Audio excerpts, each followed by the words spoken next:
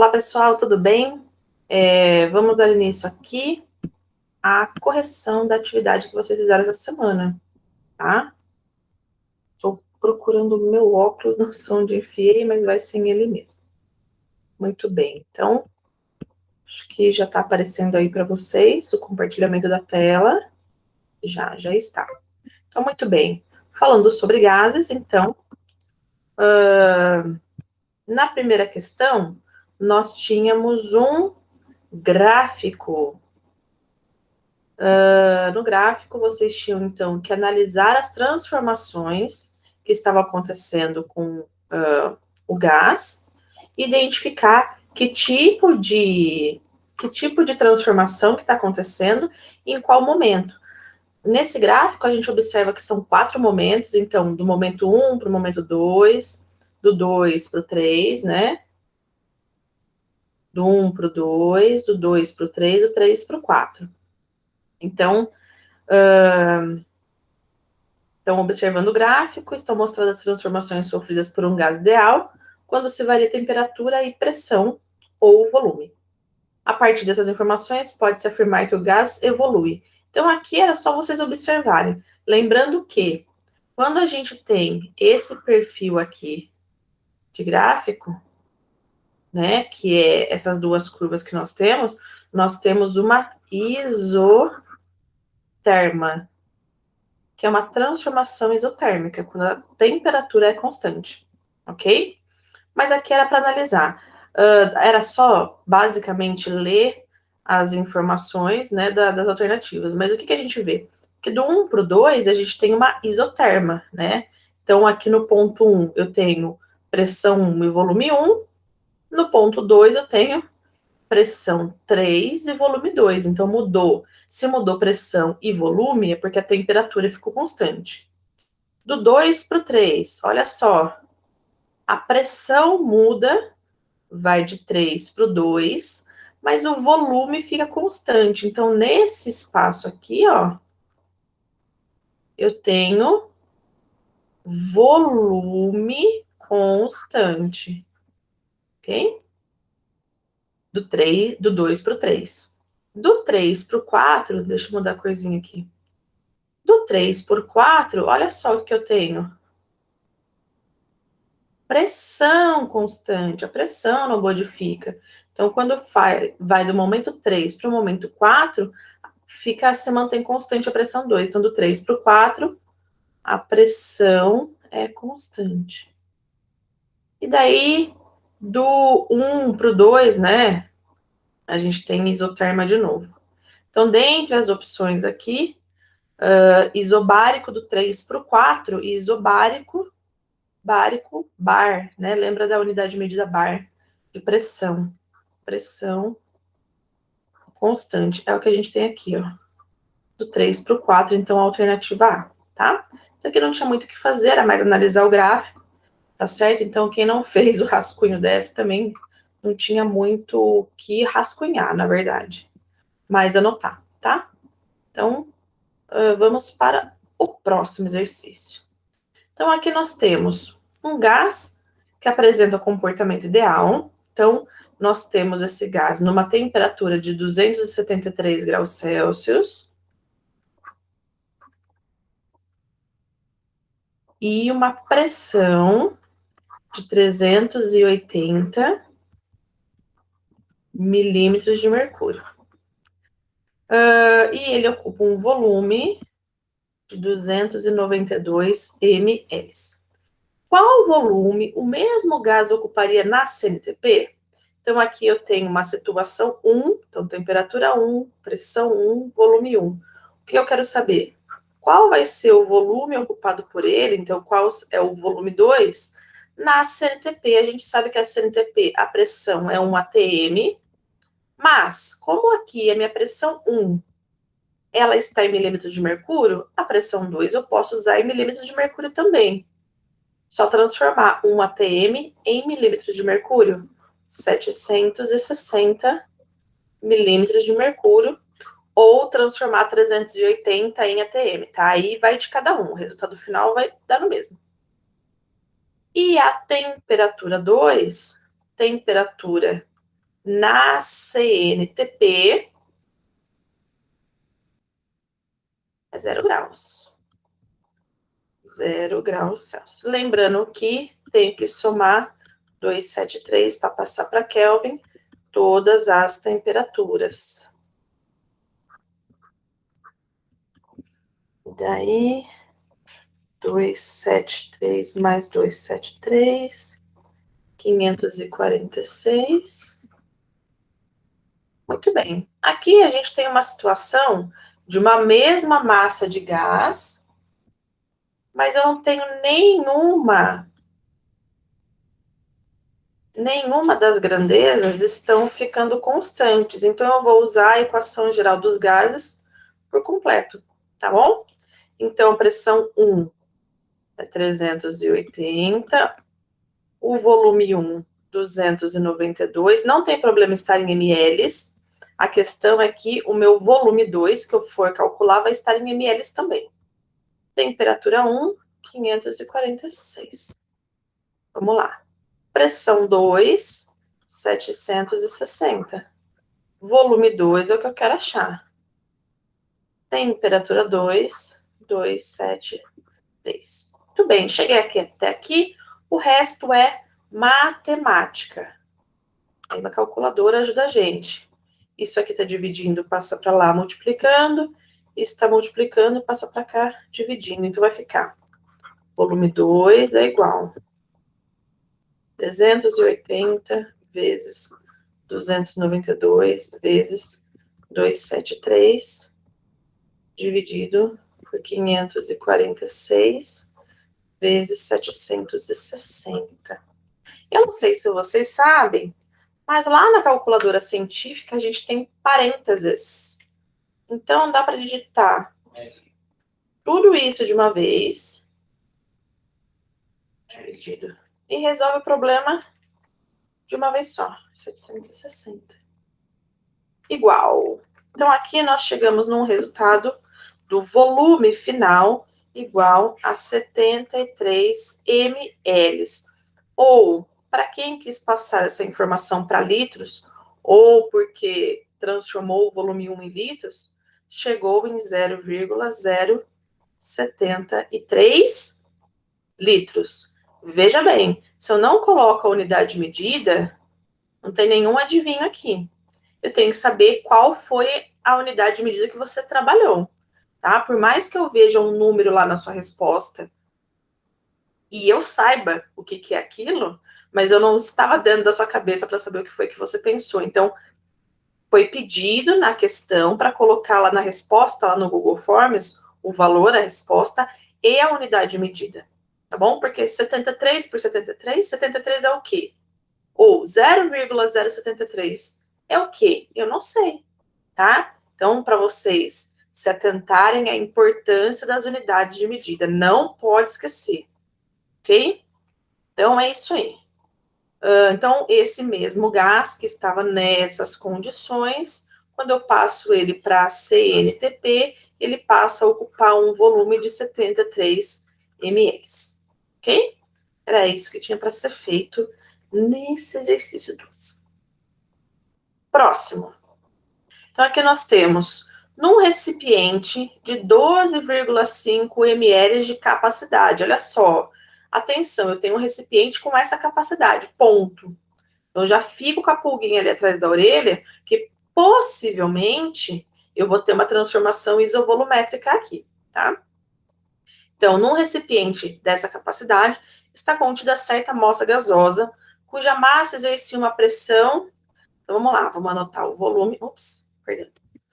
Mudei aqui a caneta. Então, o volume 1, a gente anota, porque não terminou de ler o exercício, né? Pressão 1, 685 milímetros de mercúrio. E a temperatura de 22 graus Celsius, já vou passar para Kelvin, que é 295 Kelvin. Quando esse recipiente foi transportado com as mãos, sua temperatura, então, ó, eu tenho uma temperatura 2 de 37 graus Celsius. Já vou passar para Kelvin para não esquecer. Então, vai para 300 ou 310? 310. Mais 37. 310 Kelvin. A pressão exercida pela massa gasosa passou a ser de quanto? Então, o que eu quero calcular aqui, ó? A pressão 2. E é aquela informação que eu falei no começo, né? Se o meu recipiente, ele tem essa capacidade, não vai mudar, é a capacidade do recipiente. Então, se eu tenho um vidro de meio litro, é a capacidade dele, não vai mudar a capacidade volumétrica do meu vidro, tá certo? Então, é uma transformação isovolumétrica. Volume é constante. Isso aqui é a abreviatura de constante, tá, gente? Vejam só. Aqui eu não especifico qual unidade de pressão eu quero que vocês usem, tá? Então, se você transformou o 685 para ATM e trabalhou com ATM, beleza. Se você usou em milímetros de mercúrio e a sua resposta deu em milímetros de mercúrio, beleza também, tá certo? Qual que é o raciocínio que a gente tem que lembrar aqui? Que pressão e temperatura são duas grandezas diretamente proporcionais. Então, se eu estou segurando meu recipiente com as mãos e aumentou a temperatura do recipiente, o que vai acontecer com a pressão que o gás está exercendo lá dentro? Vai aumentar também, tá? Pressão e temperatura são grandezas diretamente proporcionais. Aumentou a temperatura, aumentou a agitação das moléculas, aumentou a agitação dessas moléculas. Aumenta a pressão que elas vão exercer dentro do meu recipiente. Então, lembra lá da equação geral dos gases, que eu cheguei a comentar com vocês que é o jeito mais fácil de guardar todas aquelas primeiras equações que nós vimos. Só que cancela o volume porque ele se mantém constante e usa o que sobrou. Então, aqui eu tenho 685 dividido por 295 é igual a pressão 2 que eu quero achar, dividido por 310. O resto, minha gente, matemática. O 310 está dividindo, passa para lá multiplicando. Então, vai ficar P2 é igual a 685 vezes 310 dividido por 295. E aqui a gente chega no resultado.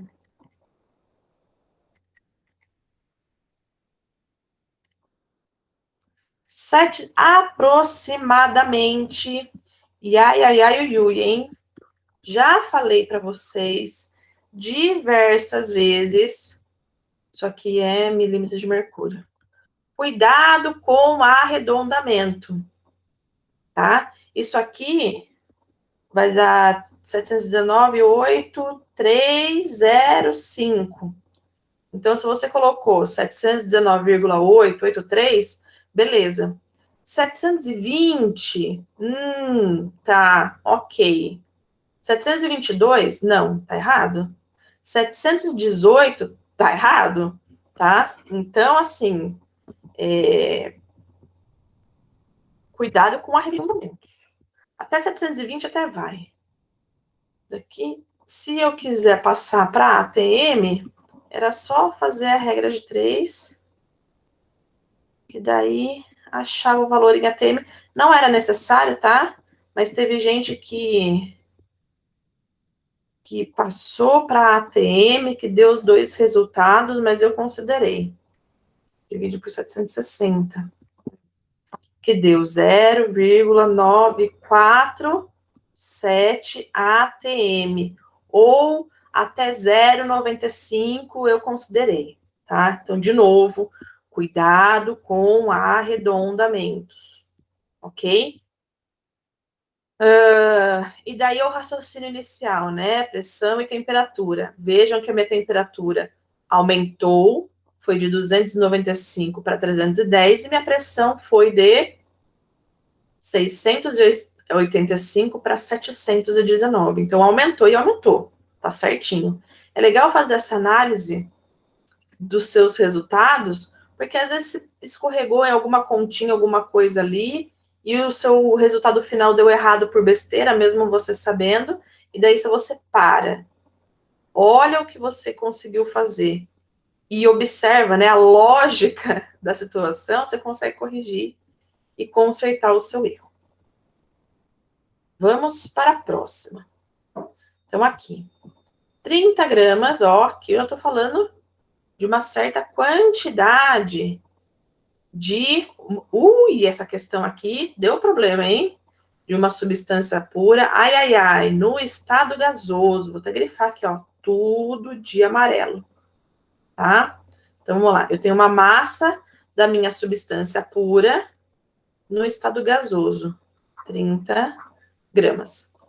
Essa massa ocupa um volume de 12,3 litros à temperatura de 327 graus Celsius, que eu já vou passar para Kelvin, dá 600 e alguma coisa, 273 mais 327, 600 Kelvin.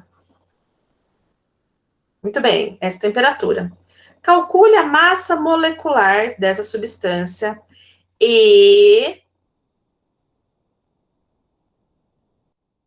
Ai, não, eu perdi aqui, ó. A pressão de 3 atm, tava faltando alguma coisa, ó. 3 atm de pressão. O que eu quero calcular? Massa molecular, tá? E o que eu pedi para vocês? Para vocês falarem uma substância que se encaixaria nessa massa molar. Massa molecular, no caso. Veja bem, estou trabalhando com uma substância no estado gasoso, ok? Por mais que a minha temperatura seja 327 graus, eu tenho que tomar cuidado com a minha escolha, porque é uma substância no estado gasoso, tá certo? Outra coisa que eu acredito que vocês possam ter confundido, mas lógico, né, que a opção, para quem acertou, era a opção mais simples, olhando na tabela periódica. Quando eu falo em substância pura, é que eu tenho só uma substância pura, tipo água. É uma substância pura se eu tiver só água, só H2O, tá? Não pode confundir substância pura com substância simples. Substância simples é uma substância formada por só um elemento, tipo H2, sódio, Na, é uma substância simples. Hélio é uma substância simples, porque é formada só por um tipo de átomo. Se eu falo de água, é uma substância composta, porque é formada por hidrogênio e oxigênio. Então, eu não sei se vocês confundiram nesse tanto, tá? Quando eu falo aqui substância pura, porque eu só tenho um tipo de gás que eu estou analisando no exercício. Muito bem, então vamos ao cálculo. E depois a gente volta a falar aqui dessa questão de que vocês tinham que falar dar uma sugestão de um gás. Então, aqui o exercício passa o valor da constante dos gases, né? Então, atenção às unidades de medida da minha constante que foi dada. Então, o volume em litros, ok. A pressão em atm, ok. Então, já sei que eu vou usar a lei dos gases ideais. Aqui é número de mols, tá certo? Poderia calcular o número de mols e depois calcular a massa molecular, massa molar aqui, usando essa outra equação. Tanto faz. Ou eu poderia já direto substituir aqui, tá? Aí vai de cada um. Os dois jeitos dariam certo. Vamos lá. Então, a pressão é 3, o volume 12,3. A massa é 30, massa molar, eu quero calcular o R 0,082 e a temperatura 600. Muito bem, resta matemática. Como aqui é tudo multiplicação, então é como se eu tivesse isso aqui, certo? Certo. O M está dividindo, vai passar para lá multiplicando, e daí isso aqui, que vai estar multiplicando, vai passar para cá dividindo. Então, eu vou ter massa molar é igual a 30 vezes 0,082 vezes 600 dividido por 3 vezes 12,3. Então, vamos lá. Calculadora científica, já digita tudo. Medido.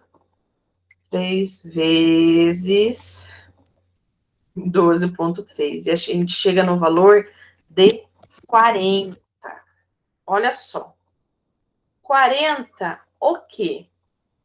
Muito bem, eu fiquei muito feliz quando eu vi a unidade medida lá que alguns colocaram, não foi a maioria, foi alguns. Massa molecular. Massa molecular a gente mede como? Tá? Parabéns para você que lembrou. Massa molecular é em U, ok?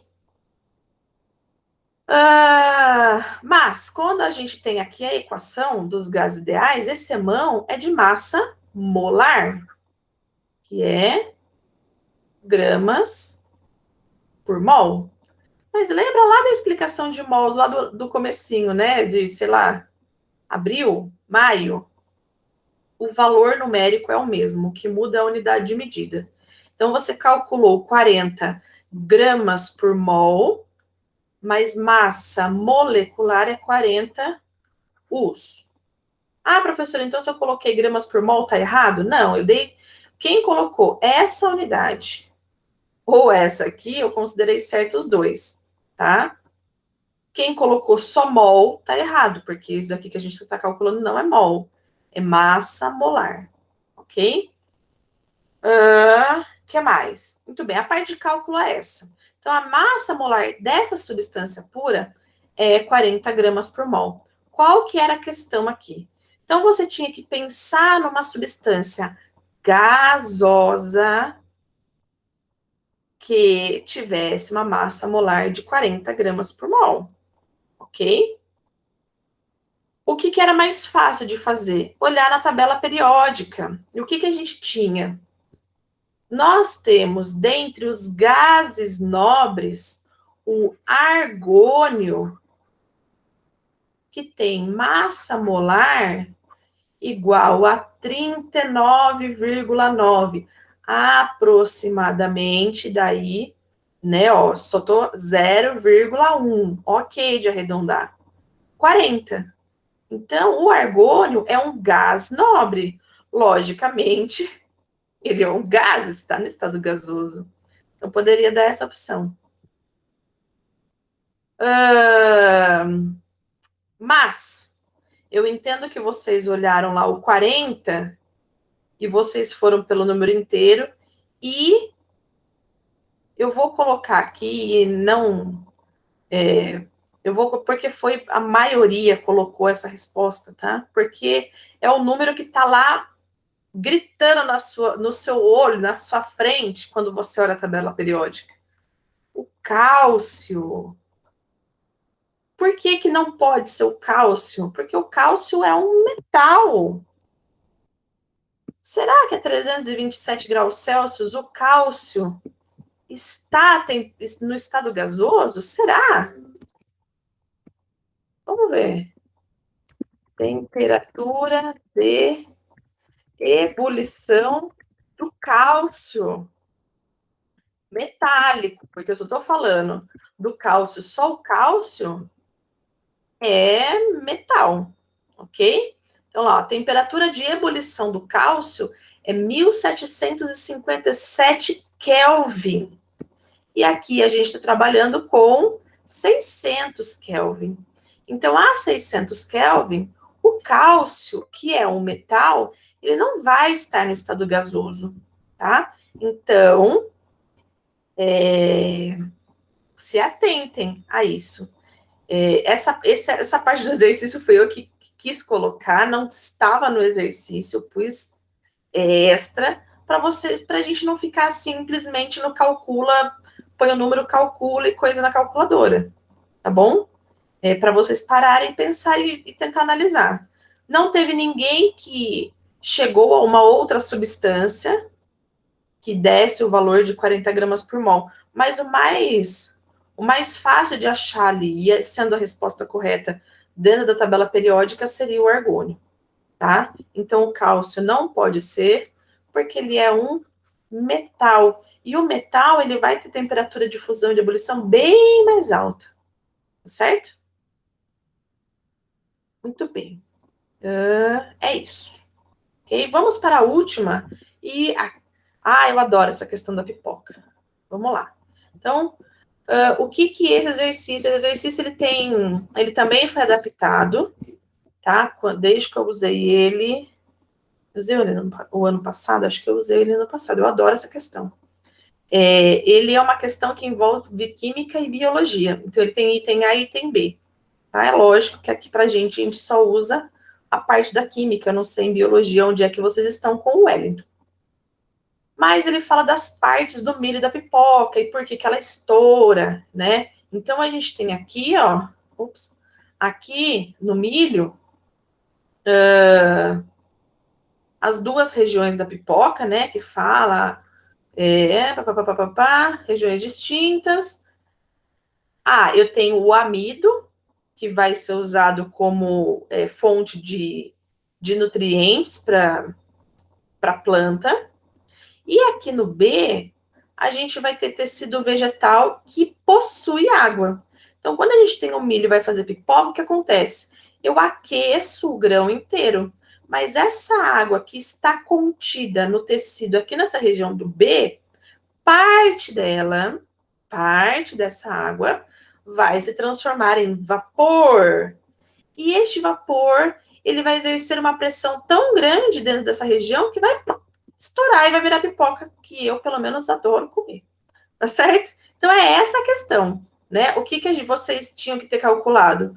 Qual era a pressão nessa região do milho da pipoca no instante anterior à pipoca estourar, porque é a pressão que faz a pipoca estourar. Então, eu quero saber qual é a pressão imediatamente antes dela estourar. Qual é a pressão que faz o grão do milho estourar e virar pipoca? É essa a questão, tá? O que vocês têm que prestar bastante atenção aqui são nas informações, nas unidades de medida, tá? É basicamente isso. Ao ser aquecida, parte da água se transforma em vapor, aumentando a pressão interna. É o que eu acabei de falar.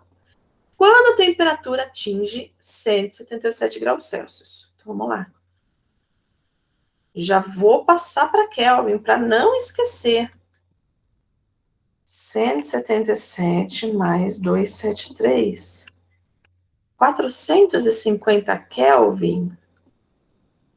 A pressão se torna suficiente para romper o grão que vira uma pipoca. Um estudo feito por um grupo de pesquisadores determinou que no interior do grão tem, então, vamos lá, 4,5 miligramas de água. Água. Outra vez, ó. Da qual, no momento imediatamente anterior ao seu rompimento, apenas 9% dessa quantidade está no formato de vapor. A gente não está falando, não está estudando sobre os gases? Quando eu aqueço a pipoca, não é esse gás, esse vapor de água que faz a pressão, que faz o milho virar pipoca? Então, o que vai me interessar são só esses 9%. Então, o que eu vou fazer? Eu vou achar quanto que é 9% de 4,5. 4,5 vezes 0,01, 2,09. Que dá... Então, eu tenho de vapor da água 0,405 miligramas de água. Isso daqui é vapor. Vapor de água. É essa quantidade aqui que eu vou usar, tá? Então, eu ponho aqui, ó. Massa de água. 0,405. Olha a unidade de medida.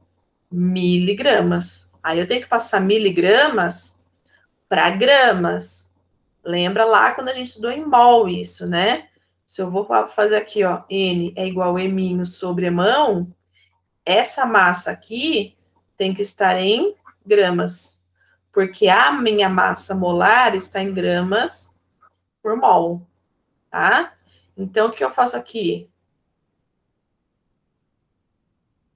Posso simplesmente colocar a notação, né, a potência de 10 vezes 10 a menos 3 gramas. Estou dividindo por 1.000, né? Posso usar assim, não tem problema. Estou falando, né, de água, então eu calculo a massa molar da água. 18 gramas por mol. Tá aqui. Vamos lá. Então, ó, não resolvi nada, mas se eu não faço esse tratamento nos números que são dados para mim, eu não consigo resolver o exercício, tá? Atenção nos detalhes. Pá, pá, pá, pá. Atuando como um gás ideal e ocupando um volume de 0,1 ml. Olha só. Aqui, ó, eu vou usar o PV, eminho, sobremão, RT. Vou usar a constante dos gases, tá? Então, o meu volume aqui vai ter que estar em litros. Posso fazer aqui também, ó. Vezes 10 a menos 3. ml para L, né? Mililitro para litro, divide por 1.000. Então, vezes 10 a menos 3 litros. Beleza. Dessa forma, foi possível calcular a pressão no momento imediatamente anterior ao rompimento do grão. Calcule a pressão no final, papapá. Então, eu quero saber qual é a pressão. Aqui, ó. Eu quero calcular isso aqui. Muito bem. Se eu tratei todos os dados de forma correta, agora é só jogar na equação e matemática neles. E, que é que eu quero calcular?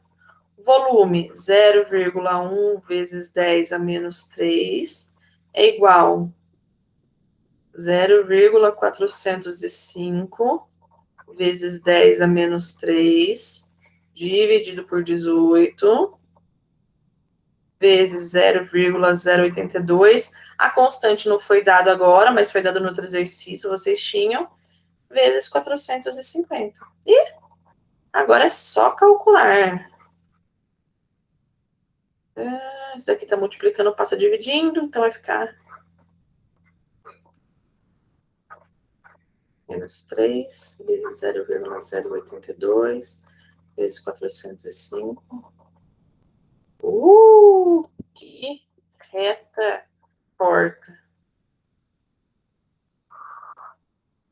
18 vezes 0,1 vezes 10 a menos 3.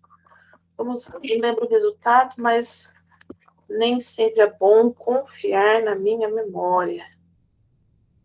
Expoente a menos 3, 82 vezes 450, dividido por 18, vezes 0,1, expoente a menos 3.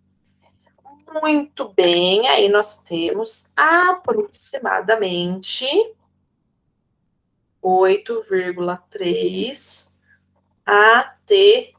Então, agora, a partir deste momento, toda vez que você fizer pipoca na sua casa, você vai lembrar desse exercício de química e vai lembrar que antes, milésimos de segundo antes da sua pipoca se tornar uma pipoca, a pressão lá dentro dessa regiãozinha aqui, ela está em 8,3 ATM. 8 é bastante pressão, é muito. Tá? Certo? Lembrem-se que ao nível do mar, a pressão atmosférica sobre nossas cabeças é de 1 ATM. E para eu conseguir uma pressão de 8 ATMs, eu teria que estar ao nível do mar e descer 70 metros para baixo, para ter toda a coluna de água, 70 metros de água sobre a minha cabeça, mais a pressão atmosférica para chegar a isso daqui. Tá certo? Então a pressão é bem alta lá dentro do grãozinho. Ok, pessoal? Então é essa correção. Ficando qualquer dúvida, por favor, me escrevam. Na quinta-feira, eu vou entrar no horário da aula de vocês, Se tiver dúvida, se alguém quiser aparecer para perguntar alguma coisa, eu vou entrar no horário, então, às 1h10 para enfermagem. Vou ficar uns 20, se não aparecer ninguém, depois eu saio. E depois, às 16h50, para edificações. Mesma coisa, se não aparecer ninguém, daí eu saio. Mas se alguém tiver dúvidas, desculpa, chacoalho aqui. Se alguém tiver dúvidas, tá? Que não tenha ficado claro aqui no vídeo, por favor, apareçam, perguntem ou me escrevam. Tá certo? Muito obrigada da atenção de vocês. E tchauzinho, até mais.